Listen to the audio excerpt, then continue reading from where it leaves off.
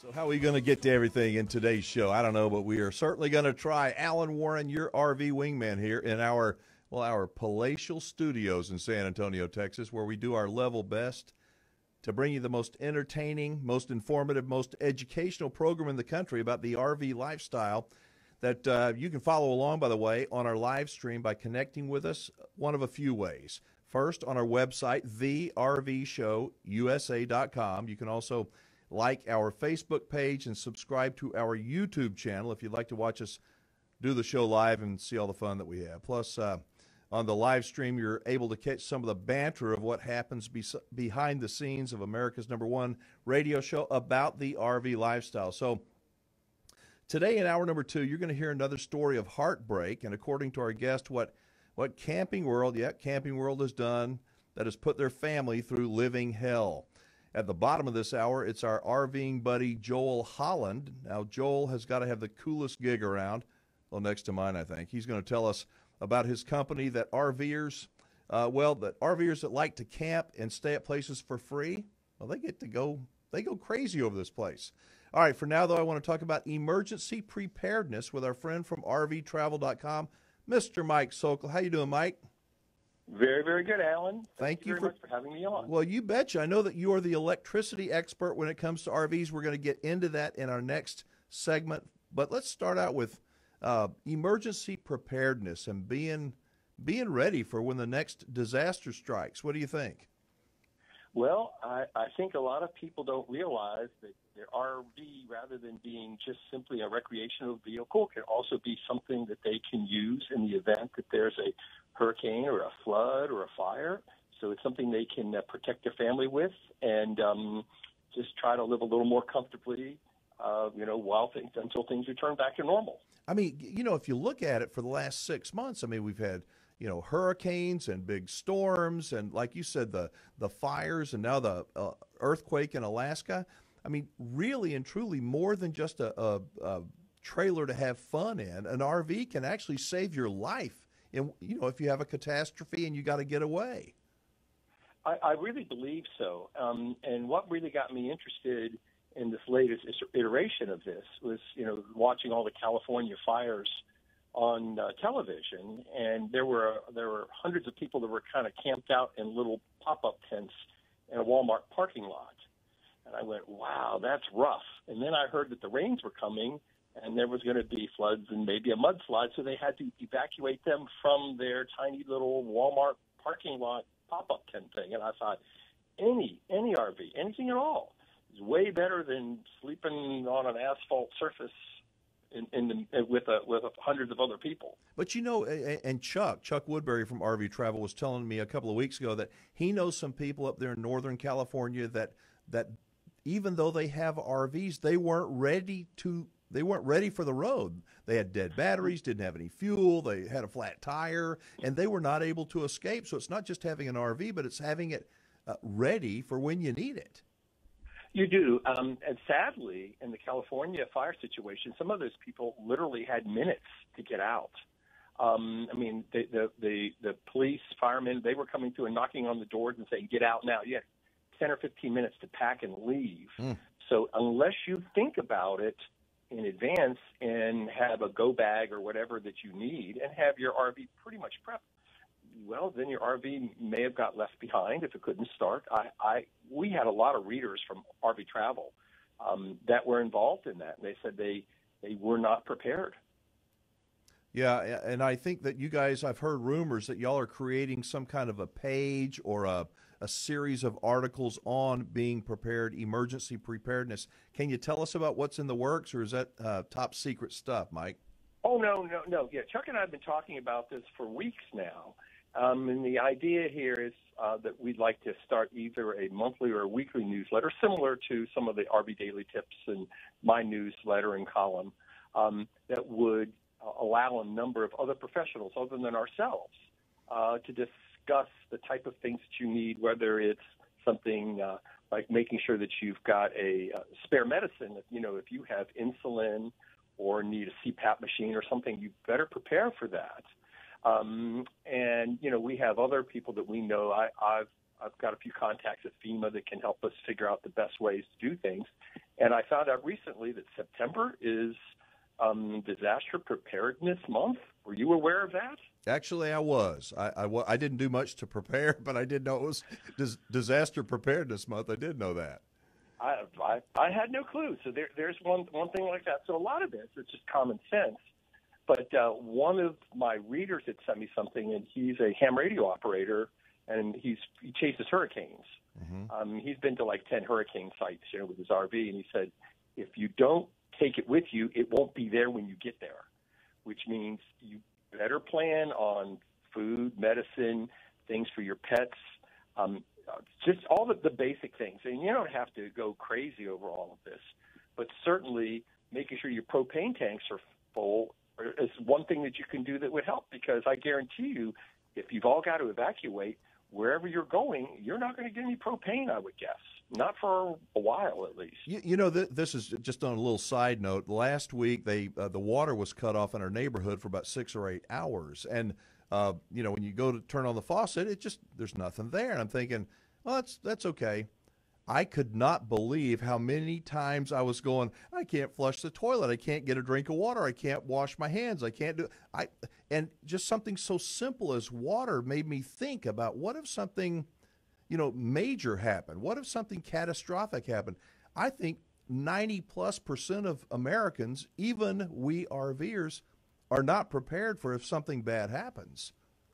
It could very well be. I think that's probably a reasonable number.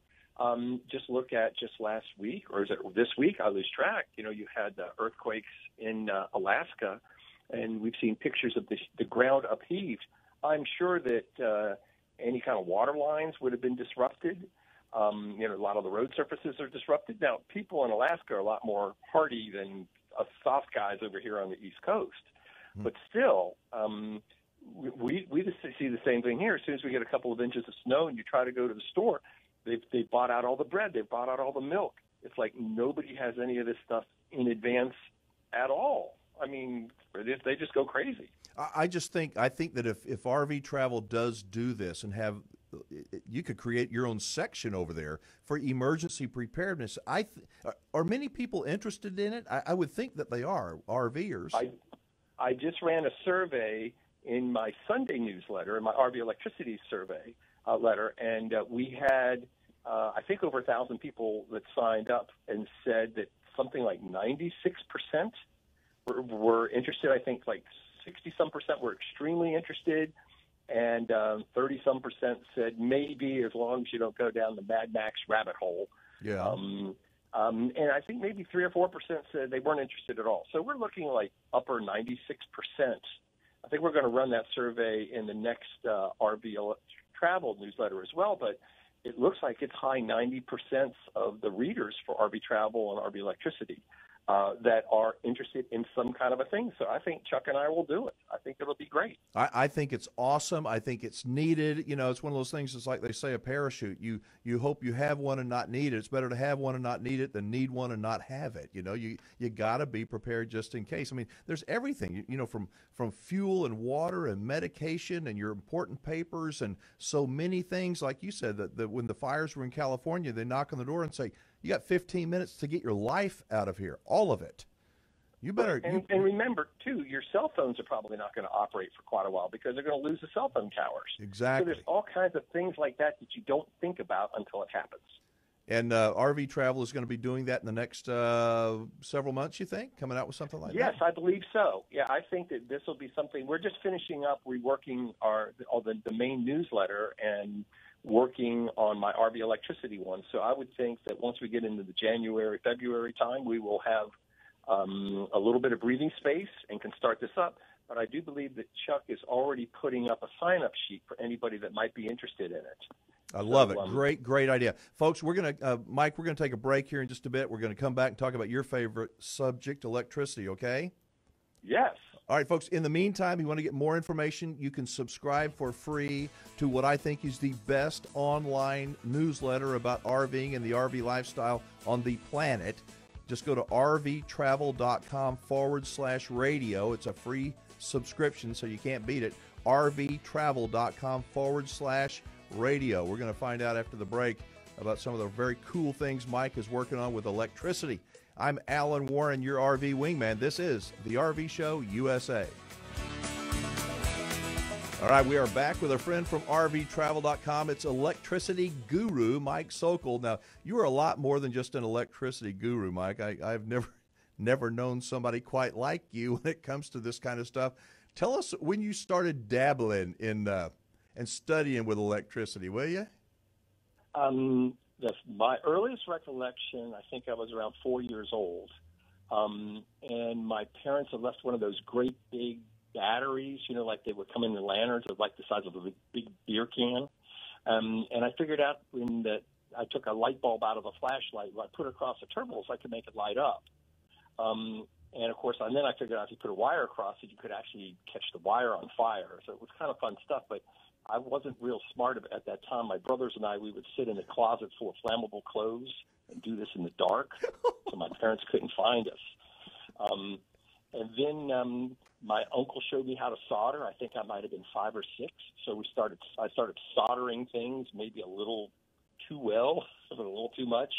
When I was 8, I tried to build a perpetual motion machine to generate electricity from my grandmother's house. How do you come up with these ideas when you're 8, Mike? Most kids are trying I read the World Book Encyclopedia at the time. This would be back in the 60s, early 60s.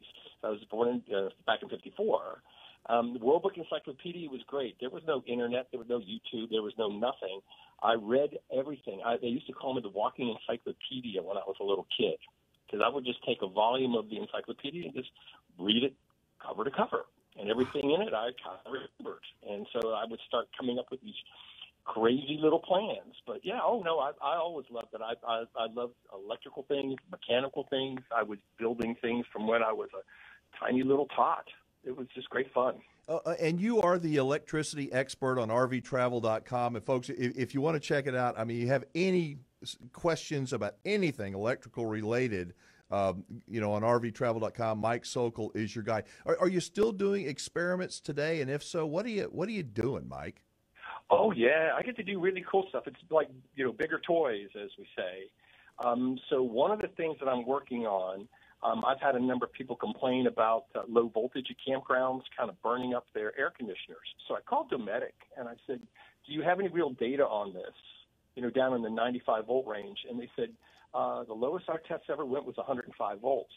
And I said, if you send me one of your big 15, kBTU air conditioners, I will try to blow it up by just running low voltage in it. So I've got one sitting in my shop. And, how do you call a manufacturer like Dometic and tell them you want to blow up one of their units?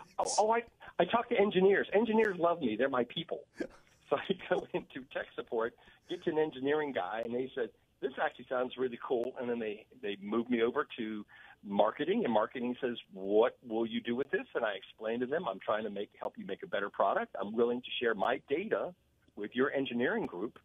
And then they send me whatever I want. Same way with Honda. They're sending me generators. Same way with Easy Start. I've got those products. Basically, anything that I want, I just call them up, talk to the engineers, and say, this is what I would like to do.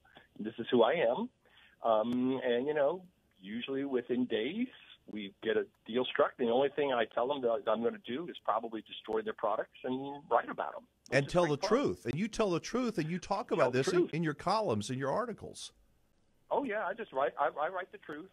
One of the things that I've always dealt with this, and I've done this sort of thing in the pro sound industry for like 30-odd years.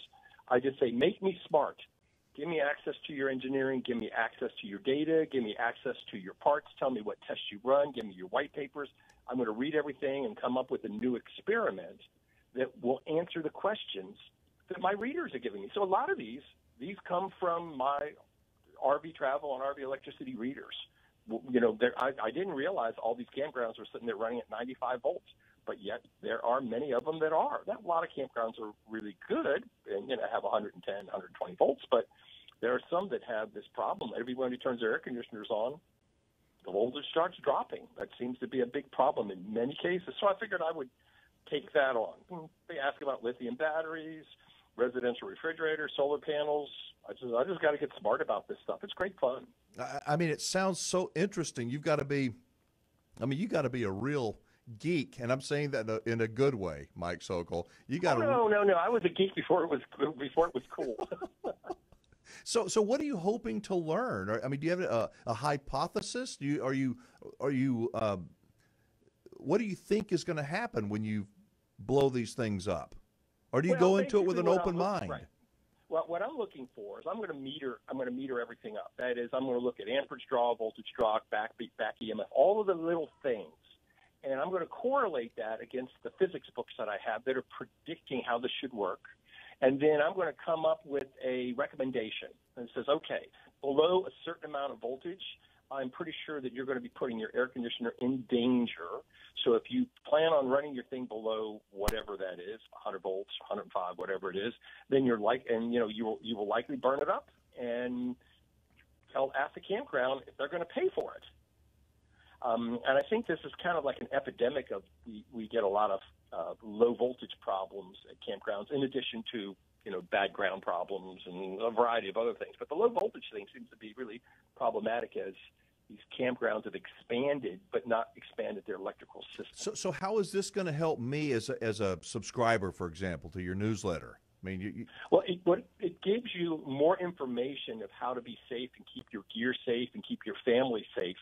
I've written extensively about hot skin stray voltage conditions. I've created simple test procedures that anybody can do, and now I'm actually going back and trying to get the campgrounds interested in doing some sort of a yearly checkup on their pedestals.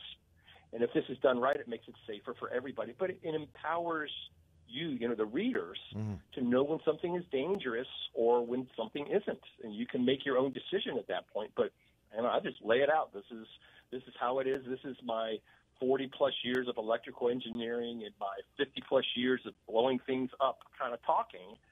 I can see what I consider to be dangerous and safe conditions, and a lot of things are just confusing to people electrically. But you make it much easier for the average person, I think, to understand. At least I find it quite easy to understand, and the way you put it. But what kind of goals do you have for 2019 besides just blowing that stuff up? Do you have any?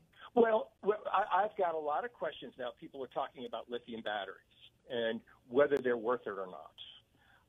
So I'm going through a whole test procedure to just kind of start looking at battery cycles and comparisons between, regular lead batteries, lead acid, and AGMs and lithiums, and try to do a real comparison that's not marketing hype. It's real stuff. We see tons and tons of RVs now that are replacing their three-way refrigerators with residential refrigerators, and they're asking me, what do I need for solar panels? And I'm going, well, I'm not sure, because guess what I've got to do? I've got to actually go set this up.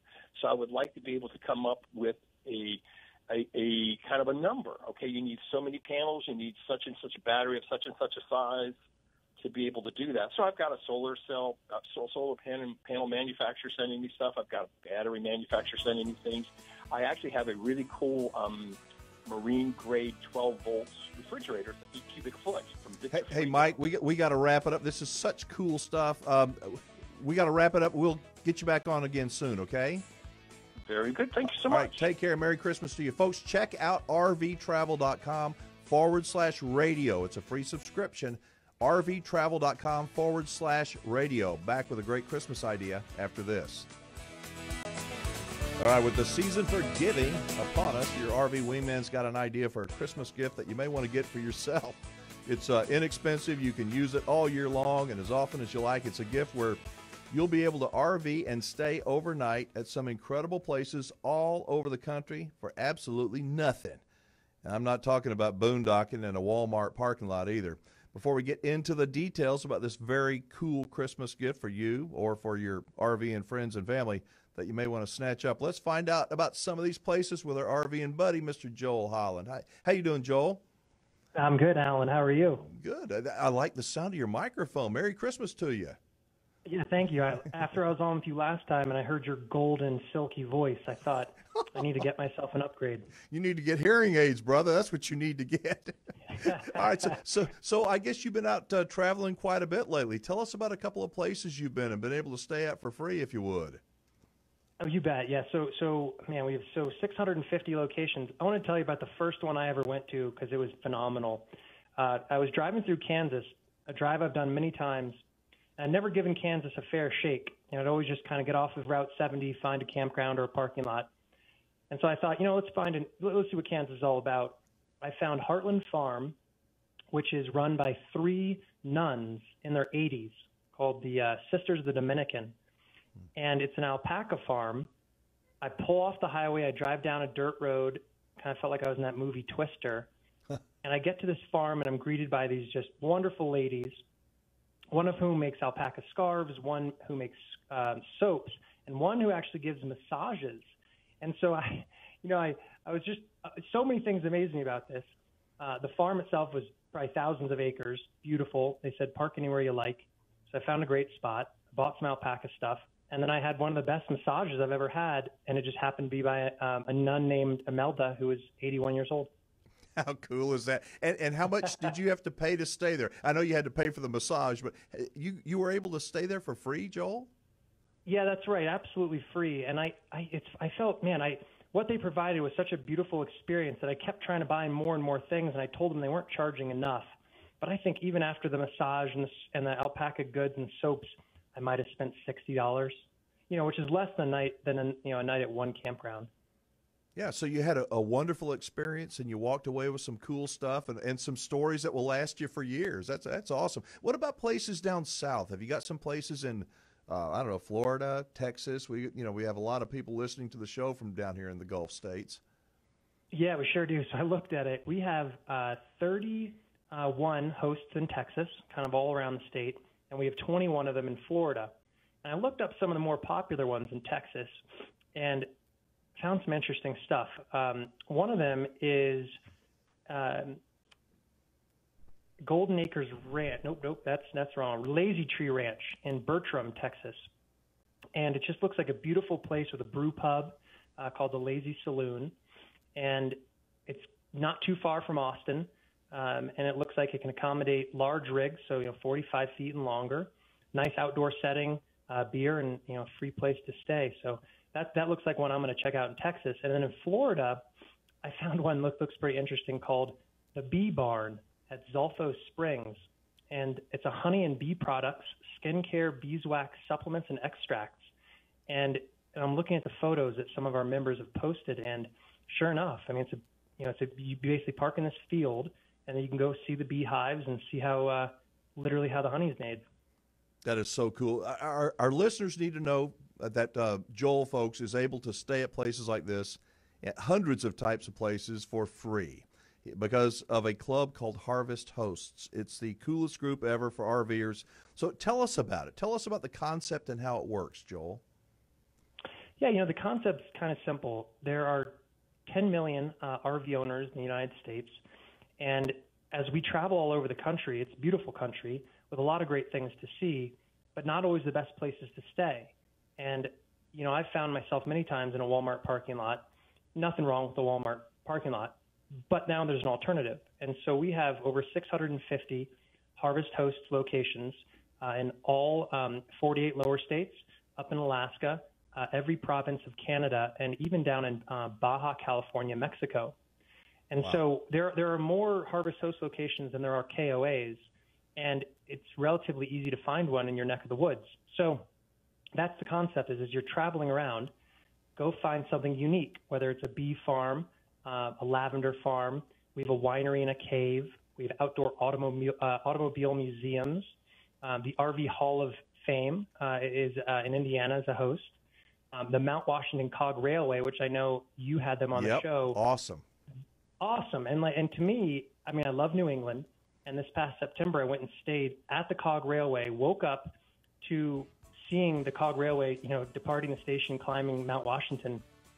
So cool. Hey, Joel, hang on. We're going to talk about the future of Harvest Hosts because I know you'll have a ton of stuff coming in 2019. And folks, if you're looking for a great Christmas gift for somebody that loves to RV and experience new places, or a gift maybe for yourself, a membership to Harvest Hosts is so very cool and super inexpensive. We'll be back with details right after this.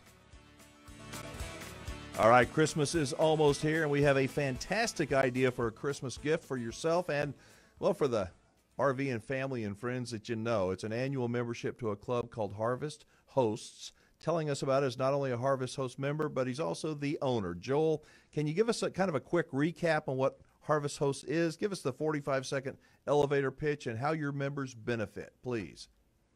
Sure, Alan. So Harvest Hosts is a unique RVing experience that connects RVers with over 650 wineries, farms, breweries, distilleries, museums, and other interesting attractions all around North America, Canada, all 48 lower states, and Alaska, and basically allows RVers to stay overnight for free at any of these locations as long as they're a member of the program. And the reason, you know, it almost sounds too good to be true, but the reason is that these places don't want a freeloader that's just going to come and park and leave. They're hopeful that the RVer is going to show some love, so to speak, reciprocity, buy a bottle of wine, or as you said, get a massage, or whatever the opportunity presents itself, and pay money that way by frequenting them as a business. That's right. Yeah, that's part of my favorite. You know, that's my favorite thing about the program is we support hundreds of small businesses, and they're passionate. I mean, I've been to wineries where it's husband and wife teams pouring their hearts into these products, and they're really excited to share them, you know, with RVers and to meet new friends, and really to get their products out there. So, like you said, it is free to stay. We have a code of conduct, and part of it is encouraging members to take a percentage of the money they saved at a traditional campground and give it back to that small business. I mean, it only makes sense, and I know that y'all have caught, I mean, Harvest Hosts have been around for many years, but recently y'all have caught fire. I guess that seems to coincide with you buying the company, huh? Well, so Don and Kim Green founded the company about 9 years ago, and they're wonderful, and they're just wonderful founders. They built the purest program, you know, just really built on RVers respecting RVers and small businesses. And I fell in love with the program, and I really wanted to share it with more people. And so I got to know them earlier this year. I bought the company, and my promise to them was we're never going to lose the spirit of Harvest Hosts, but we are going to start sharing it with more people, get more hosts, and get more RVers aware of this really incredible way to discover America. What are the one or two most frequently asked questions from prospective members, Joel? Yeah, it's a great question. So number one is, do I qualify for membership? Because we do not allow everyone to join the program. You have to have a self-contained RV, which means you have a toilet inside, you have a gray water tank, or at least some, you know, water catch system, because whatever you pack in, you pack out. And these hosts are not providing facilities. They're there to provide an experience. And that's the second question that we like to make sure everyone's aware of. These are boondocking experiences. And while some of the hosts are generous and provide electricity and water, assume that this is boondocking. And that's okay, because you're going to be staying in the middle of a winery, right, among the vines in some places, but no connections. So I think those are the two important things. Have a self-contained RV and know that this is boondocking. All right, so I know that you've got some big things in the works for 2019 and a price increase. What's going on? Tell me about the current pricing. What do I get? What's going to happen in 2019? And tell us about that. Yes, so right now the program is $49 a year, and we actually have a special discount code for your listeners. Right. If they use the code RADIO, just the word RADIO, when they check out, it will drop that price by 10% to $44 a year. And the important thing is it's locked in for life.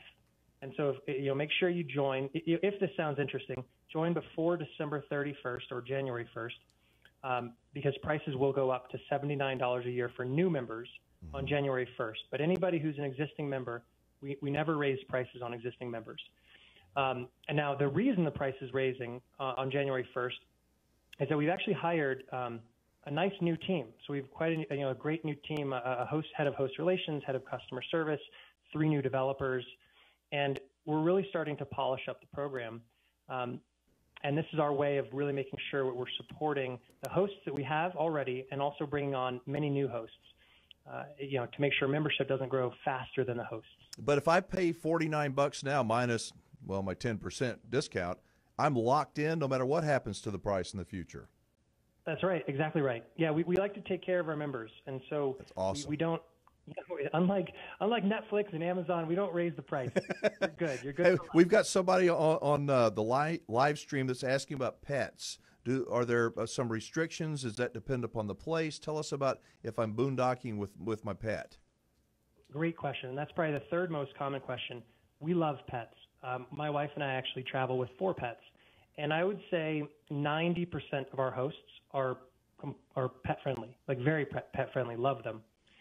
It's only certain circumstances where there are unique farms where the farm animals could be scared by pets that they're not allowed. But every host page, so as a member, you log in, you look up the host, it will tell you whether or not you can bring your pets. And again, most of the time the answer is yes. We always say keep them on the leash unless the host says otherwise, and many of them are don't really care. But make sure you keep them on the leash unless you ask. It's just, it's common sense, I think. That's really, really good because many of us do travel with pets. What about if I wanted to buy this as a Christmas gift for somebody else? Is that possible by going to harvesthost.com? Can I do that and gift it to somebody? You sure can. And you can still use that discount code. So you'll go to harvesthost.com, scroll to the very bottom of the page till you see some links. And one of the links says give a membership as a gift or give a gift membership. And it's a very straightforward process. You put in your name and information. It will send you a unique code that you can then either print or write down and give to the recipient. And it will not activate their membership until they're ready to actually enter that code. So you could buy it now, get that low price, and give it to them next February. And their membership would start on February 1st if they activate it then for 365 days. I think that is just so cool. What a great concept. And I know you got some other things. We don't have time enough today to get into it, but you got some really, really cool stuff on the radar screen, and we'll get you back on again soon, all right? All right, Alan, I appreciate it, man. Always a pleasure. All right, you take care. Merry Christmas to you, Joel. You too, brother. All right, folks, if you'd like to take advantage of this before the price goes up, I think, as I say, it's the best deal going. It really is. harvesthosts.com. And use the code word radio at checkout, and you save 10%, but you got to use that code word radio at checkout. Harvesthosts.com, and use the code word radio at checkout. You got somebody that you have a hard time buying a Christmas gift for them. What a cool gift. They can stay anywhere they want to for free if they're an RVer. What a deal. Harvesthosts.com, code word radio at checkout. We'll close out the hour after this. All right, I want to close out the hour with a message for any ladies that may be listening, or to men who may have a wife or a girlfriend that they would like to introduce to RVing, about something that you may want to look into. This past weekend, last weekend, we hosted a rally at our campground in Central Texas. The group, it was called the Texas Ramblin' Roses. They're a group of women RVers, and they share a passion for RVing. And let me tell you something, these ladies love to have a good time. It never ceases to amaze me how competent, how independent these women are. And I'm not trying to sound like some kind of a male chauvinist, but the Texas Ramblin' Roses, they're a lot more than just competent. As the owner of a campground, we value everybody. We value all our guests, but we especially appreciate those that are very respectful. And I'm telling you, no other group that we have ever hosted has been more respectful or been any nicer than the Ramblin' Roses were. But you know what? Every single one of these women-only RVing groups is like that. They are amazing. The neat thing is that they came from all over the country. Many of them were meeting for the very first time. And they, like I said, they shared that passion that RVers everywhere seem to have. Now, these women, they filled up our clubhouse, like 100 of them, and they did everything from having an honest-to-goodness Christmas cooking contest to playing games to just hanging out. When the weather got good, they went out, even went kayaking. There was only one time when things kind of got out of hand. That was sort of because of me. That's when the Big Chief Santa Claus made a surprise visit to the Ramblin' Roses along with 8 or 10 of his Christmas carolers, me included. It was so cool, surprising 100 women with Santa Claus and singing Christmas carols. I hadn't done something like that in a very long time. Just a lot of fun for us and for the ladies. When we bought Big Chief 4 years ago, I knew that we would have fun, but it's so much better than I thought it was going to be. Much of that is on account of groups like the Texas Ramblin' Roses. Now, I know that there are other groups of women that like to learn how to RV and go RVing on their own. You got Sisters on the Fly. They're another wonderful bunch of adventurous women who believe in having fun without a bunch of men hanging out with them. If you're a woman who likes the idea of meeting other women from all parts of the country, different ages, from different backgrounds, women that want to get away from the men for a bit, for a few days on a camping trip, or if you think that your spouse or girlfriend would like to join one of these women-only RVing and camping clubs, check out rvingwomen.org, R-V-I-N-G, rvingwomen.org, or sistersonthefly.com. Just put it all together, sistersonthefly.com. Both have a very small annual membership fee, but I got to tell you, they will sure take the intimidation factor out of RVing and camping for you. Again, rvingwomen.org and sistersonthefly.com. Y'all watching the live stream, we're going to put up a link to both groups, or you can jump on our website, thervshowusa.com. Click on the links tab, scroll down to either one, RVing Women or Sisters on the Fly. We're going to be back with hour number 2 and another doozy of a story that just might have you saying, I don't believe it. You got to be kidding me. Hey, before we hit the break, thanks to each one of you listening for making us the #1 radio show in the country about the RV lifestyle. We are most grateful. All right, Goose, let's get out of here. The